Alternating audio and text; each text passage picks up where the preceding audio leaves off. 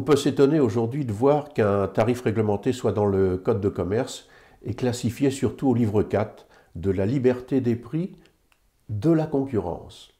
Or, un tarif réglementé, par essence, n'est pas concurrentiel.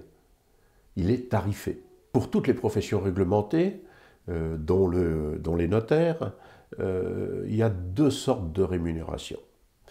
D'abord, vous avez des émoluments qui sont tarifés, c'est pour ça que ça s'appelle émolument, qui entrent dans le champ concurrentiel, entre guillemets, et vous avez aussi des honoraires pour des prestations qui peuvent être faites par d'autres professionnels et qui entrent dans la concurrence voulue par le législateur. Pour le notariat, à vrai dire, il n'y a rien de nouveau et cette distinction ressemble beaucoup au tarif de 1978. Mais le rattachement au Code de commerce aujourd'hui implique des obligations complémentaires pour les professionnels du droit.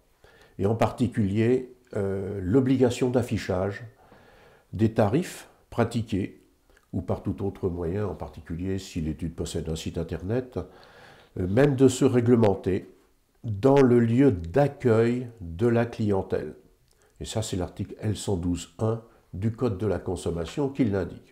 L'inconvénient, bien entendu, c'est qu'il y a forcément une sanction et que le manquement à cette obligation est assorti d'une amende administrative dont le montant ne peut excéder 3 000 € pour des personnes physiques et quand même 15 000 € pour des personnes morales.